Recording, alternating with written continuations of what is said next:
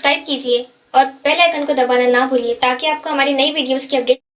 Smita textile park Kongaon Bhiwandi Thane CK enterprises के godown में लगी भीषण आग। लाखों की मशीनें, लाखों का कपड़ा जलकर हुआ खाक।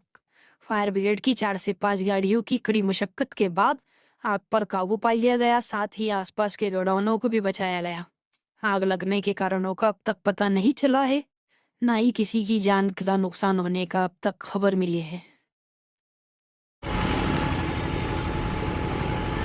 खतरनाक लगा यार।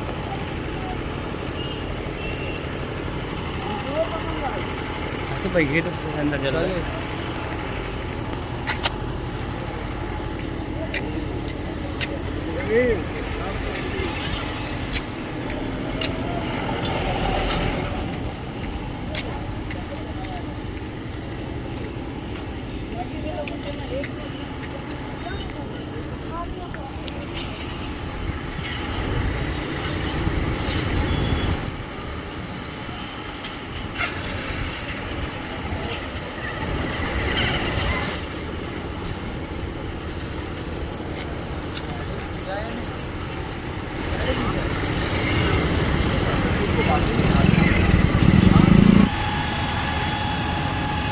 आग जल रहा है।